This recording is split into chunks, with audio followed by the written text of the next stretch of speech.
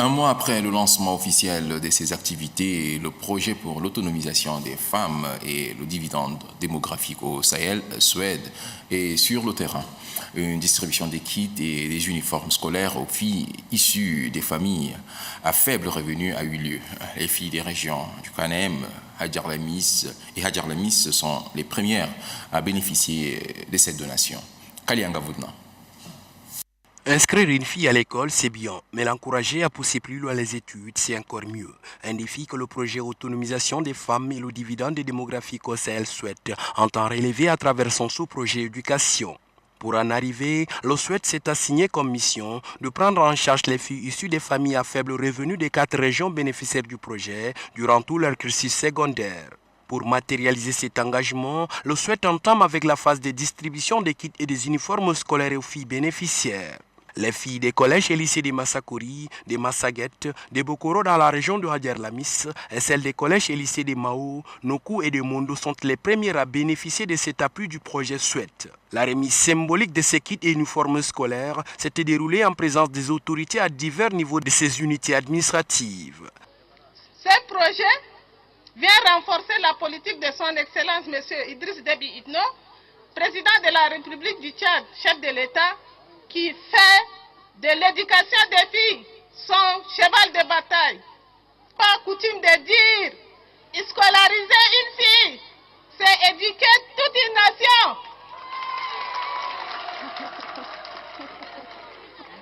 Mesdames et messieurs, le développement des pays passe toujours par l'éducation des filles et des femmes. Alors, scolariser une fille, c'est lui donner la clé de son avenir.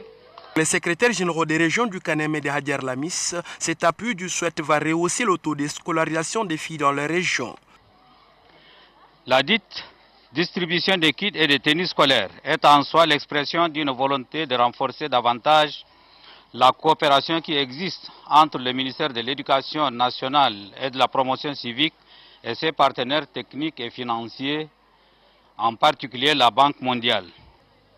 Elle est en fait un ouf de soulagement pour les familles à faible revenu. Je voudrais très sincèrement remercier le gouvernement de la République du Tchad et ses partenaires qui ont choisi la région de Hadjar Lamis pour donner des kits scolaires et des tenues à nos filles élèves. Cette stratégie du Suède consiste d'aider les parents démunis qui ne peuvent prendre leurs filles en charge et les maintenir aussi longtemps que possible à l'école.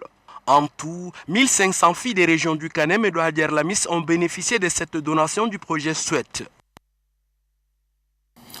Il se tient depuis ce matin à N'Djamena une formation d'une cinquantaine d'animateurs de l'association Scout du Tchad.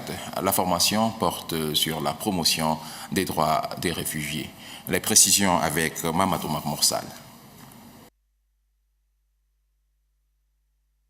50 animateurs de l'association des scouts venant de Gorée, de Maro, de N'Djamena seront outillés sur la promotion des droits et devoirs des jeunes ainsi que sur la lutte contre le VIH-Sida dans les camps des réfugiés et des retournés. Cette formation est axée sur la protection de l'enfant, l'identification des cas de violence d'enfants dans la communauté, présentation de la stratégie d'engagement des jeunes, les techniques d'animation et de sensibilisation. Le représentant de l'association des scouts Tchad, Dionadji Salomon, a relevé que son association se fixe comme objectif l'éducation et la promotion des jeunes.